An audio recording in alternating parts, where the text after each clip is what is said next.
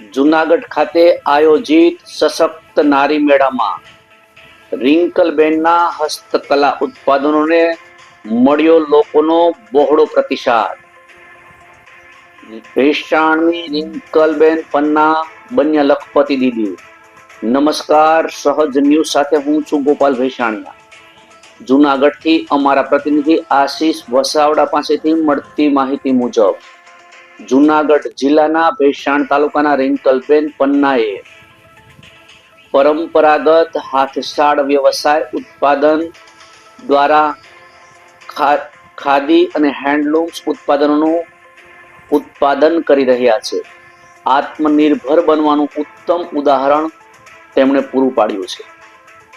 વર્ષ દરમિયાન ₹1 લાખથી વધુની આવક તેઓ હાથશાળ વ્યવસાયથી મેળવે છે અને તેઓ ગુજરાતના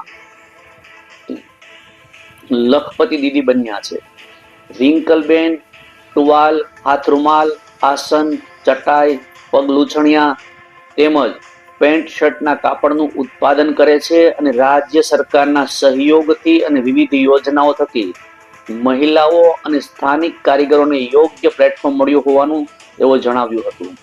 તાજેતરમાં જૂનાગઢ ખાતે યોજાયેલા સશક્ત નારી મેળામાં રિંકલબેનના હસ્તકલા ઉત્પાદનોને લોકોનો બહોળો પ્રતિસાદ મળ્યો હતો। રિંકલબેન પન્ના લખપતિ દીદી યોજનાની સફળતાનું જીવંત ઉદાહરણ છે।